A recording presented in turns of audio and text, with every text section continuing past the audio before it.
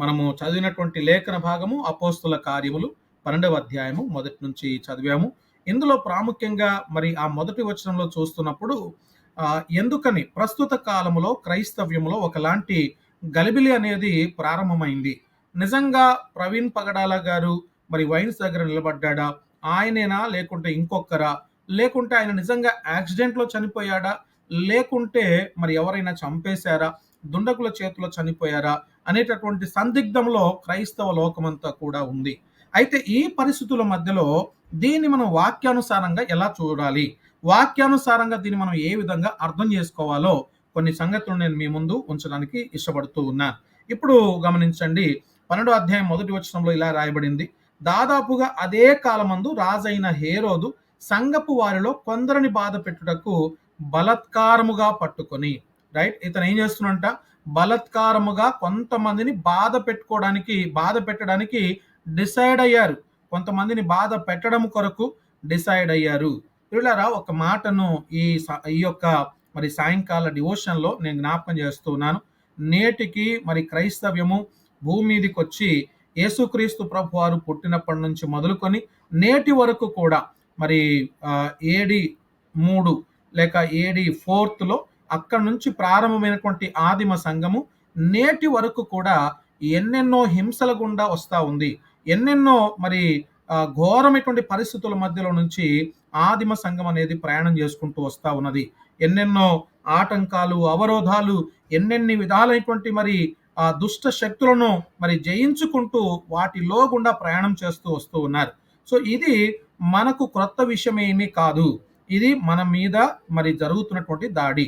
అయితే ఇక్కడ గమనించండి, ఈయన ఎంత గొప్ప మరి ఫెయిత్ డిఫెండర్ అని చెప్పేసి అంటే, విశ్వాసాన్ని కాపాడుకునేవారు అని చెప్పేసి అంటే, ఒకసారి గమనించండి, మీరు నమ్ముతున్నటువంటి నమ్మకాల్లో ఇదిగో ఈ లోపాలు ఉన్నాయి, పలానా లోపాలు ఉన్నాయి, పలానా మరి ఇబ్బందులు ఉన్నాయి, కానీ నేను నమ్ముతున్నటువంటి నా విశ్వాసం ఎంత గొప్పదో చూడండి అని చెప్పేసి అనేటటువంటి ఒక గ్రేట్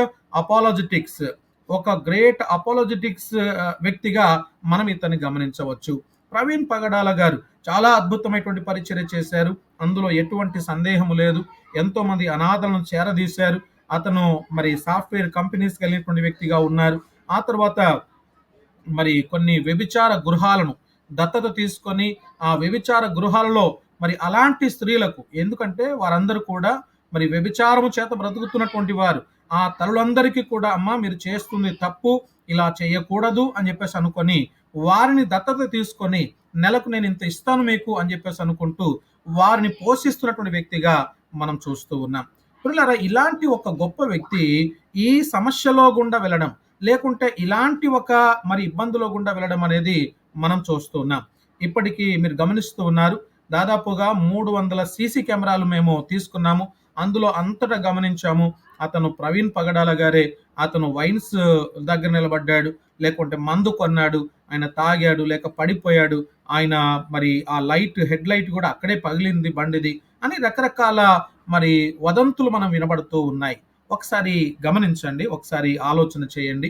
క్రైస్తవ లోకమంతా కూడా అందరినీ అడుగుతున్నటువంటి ఒక ప్రశ్న ఏంటంటే, ఒకవేళ ప్రవీణ్ పగడాల గారే అయితే, అది ఒకవేళ ఆయన తాగాడు అనేది వాస్తవమైతే అది తన వ్యక్తిగతమైనటువంటి అంశముగా మనం తీసుకోవాలి, లేక అతని వ్యక్తిగతమైనటువంటి ఒక సమస్యగా తీసుకోవాలి.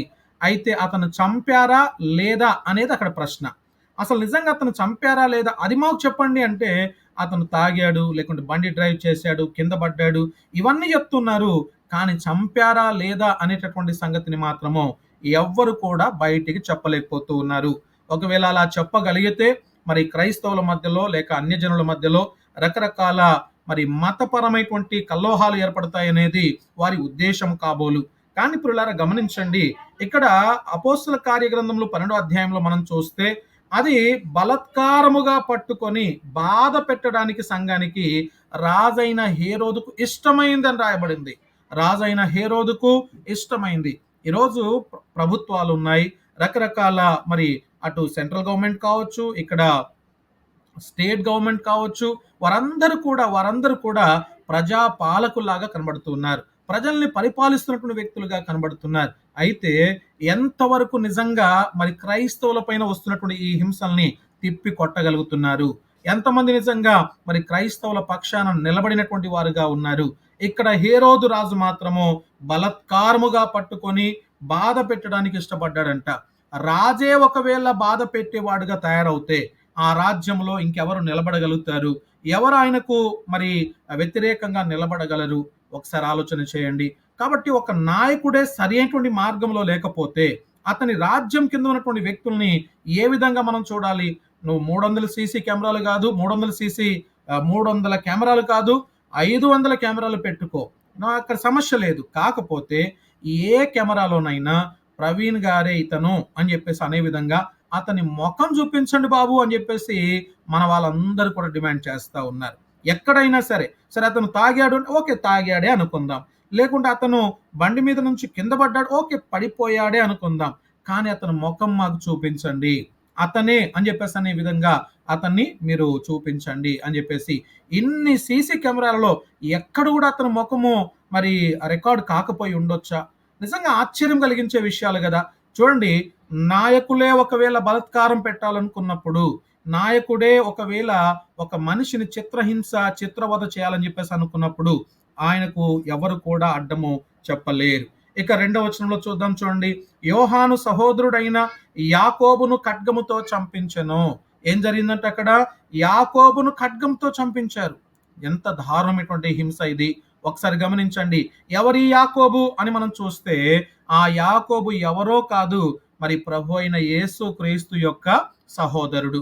ప్రభు అయిన యేసు క్రీస్తు యొక్క సహోదరుడుగా మనం కనిపిస్తూ ఉన్నాడు. ఇతన్ని ఏం చేశారంట? ఖడ్గముతో చంపించెను. అక్కడ చంపబడ్డాడు కాదు, చంపించెను.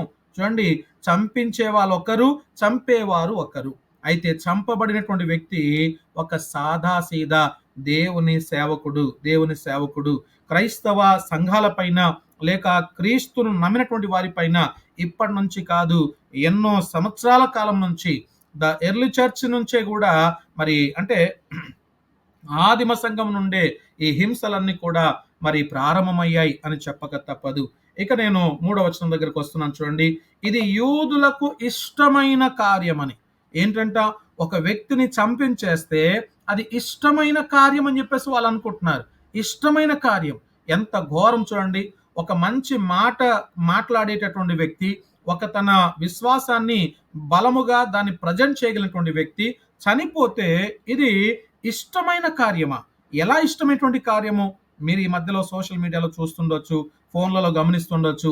ఎంతో మంది మత ఉన్మాదంలో ఉన్నటువంటి వ్యక్తి, మతోన్మాదులుగా ఉన్నటువంటి వ్యక్తి, చూడండి, మతము వేరు, మత ఉన్మాదం వేరు, నమ్మకాలు వేరు. నమ్మకాన్ని బలంగా ఉన్మాదంలాగా తయారు చేసుకొని ఇంకా ఇదే అని చెప్పేసి అనుకొని దానికోసము చంపడము, చావడము లాంటి చేయడం అనేది ఇది మంచి విషయము కానే కాదు. అలాంటి మత ఉన్మాదంలో ఉన్నటువంటి వ్యక్తులు ఎంతో మంది సంతోషపడుతున్నారండి. ఒక మంచి నాయకుడు లేడు, ఇప్పుడు క్రైస్తవులకు ఒక ఒక ఒక తలను తీసేసాం అన్నట్టుగా వారు ఫీల్ అవుతూ ఉన్నారు. ఇది మనకు కొత్తదేమి కాదు. అయితే ఆదిమ సంఘం నుండి వస్తున్నటువంటి విషయాలే, ఇప్పటి నుండి కాదు. అయితే ఒక విషయం జ్ఞాపకం చేస్తూ ఉన్నాను. కేవలము ప్రవీణ్ పగడాల గారి మీద యేసుక్రీస్తు ప్రభు వారు సంఘం కట్టలేదు. మనం అతన్ని రెస్పెక్ట్ చేస్తున్నాము, నిజంగా గౌరవిస్తున్నాము, నిజంగా ఒక గొప్ప సేవకుని పోగొట్టుకున్నామనే ఆ దుఃఖము, బాధ అయితే ఉంది. అయితే ఒక్క విషయం గమనించండి, కేవలము ప్రవీణ్ పగడాల గారి మీద మాత్రమే సంఘము కట్టబడలేదు. సంఘము కట్టబడింది ప్రతి విశ్వాసి మీద. ప్రతి విశ్వాసి ఒక సంఘముగానే మరి పిలువబడుతూ ఉన్నారు. ఈరోజు ఎక్కడున్నప్పటికీ, ఇప్పుడు సునీత ప్రవీణ్ గారు కొంచెం దూరంలో ఉంటారు, కూకట్పల్లి సైడ్, అక్కడ ఒక సంఘం ఉన్నట్టే. ఆ తర్వాత నరసింహ సుజాతలు వేరే ప్రాంతంలో ఉంటారు, అక్కడ మరి ఆ సంఘము కట్టబడినట్టే. మరి స్వాతిక మురళి గారు వారు దూరంలో ఉంటారు, అక్కడ ఒక సంఘము కట్టబడినట్లు. ఇలా రకరకాలుగా దేవుడు తన సంఘాన్ని కట్టిపెట్టాడు.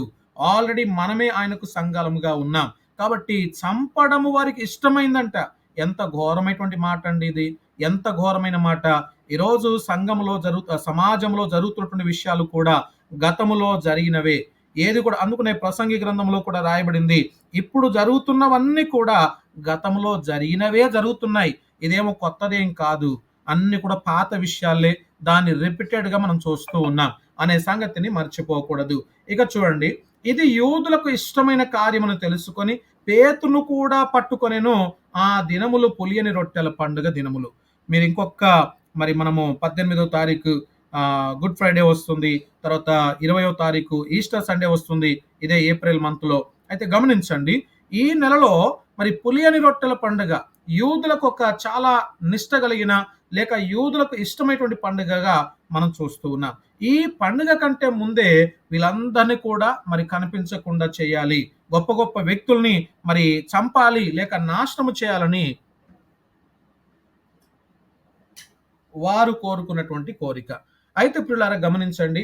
అతన్ని పట్టుకొని చెరసాలలో వేయించి పస్కా పండుగైన పిమ్మట ప్రజల యొద్దకు అతని తేవలనను ఉద్దేశించి అతనికి కావలి ఉండుటకు నలుగురు చతుష్టాయముల 14 సైనికులను అతన్ని అప్పగించెను. ఇక్కడ చాలా మంది సైనికులనిచ్చి ఇతన్ని మీరు జాగ్రత్త కాపలా కాయండి. ఎక్కడైనా పారిపోతాడేమో, లేకుంటే ఎక్కడైనా ఎళ్ళిపోతాడేమో, జాగ్రత్త కాపలా కాయండి అని చెప్పేసి కొంతమంది సైనికులతో మరి కాపలా కాయిస్తూ ఉన్నారు. గమనించండి అక్కడ ఏం జరిగిందో. పేతురు చెరసాలలో ఉంచబడెను. సంఘమైతే అతని కొరకు అత్యాసక్తితో, ఆ మాటను మీరు అండర్‌లైన్ చేయగలిగితే, అత్యాసక్తితో దేవునికి ప్రార్థన చేయుచుండెను. ఈరోజు సమాజంలో ఇంత గలిబిలి మనకు ఏర్పడినప్పుడు ఒక్కసారి సోషల్ మీడియా మీరు జస్ట్ యూట్యూబ్ ఓపెన్ చేసినా, ఫేస్‌బుక్ ఓపెన్ చేసినా, ఎక్కడ చూసినా కానీ ఇదే మరి తతంగం నడుస్తా ఉంది. ప్రవీణ్ పగడాల గారు ఇలా చనిపోయారు, అలా చనిపోయారు, రకరకాల వదంతులు, రకరకాల మరి కవరింగ్స్ ఎన్నెన్ని మనం చూస్తా ఉన్నాం. గమనించండి ప్రియులారా. పేతురు చెరసాలలో ఉంచబడెను. సంఘమైతే అతని కొరకు అత్యాసక్తితో దేవునికి ప్రార్థన చేయుచుండెను. ప్రార్థన చాలా అవసరము. ఈరోజు సంఘం ఆల్రెడీ శ్రమల గుండా వెళ్తా ఉంది అని చెప్పడానికి ఎటువంటి సందేహం లేనే లేదు. సంఘము ఆల్రెడీ శ్రమల గుండా మరి ప్రయాణమై వెళ్తా ఉంది. ఇంకా మహాశ్రమలు అనేవి రాలేదు. దేవునికి స్తోత్రం. ఏదో చిన్న చిన్న వాటిని చూసి మనము బెంబెలెత్తిపోయేటటువంటి పరిస్థితులు ఏర్పడుతూ ఉన్నాయి. ఇట్లాంటి పరిస్థితుల మధ్యలో సంఘము అత్యాసక్తితో ప్రార్థన చేయవలసిన అవసరత ఎంతైనా ఉంది. అయితే ఈ రోజున మరి పేతురు ఏ విధంగా చెరసాల నుంచి విడిపించబడ్డాడో మనం చూస్తూ ఉన్నాం.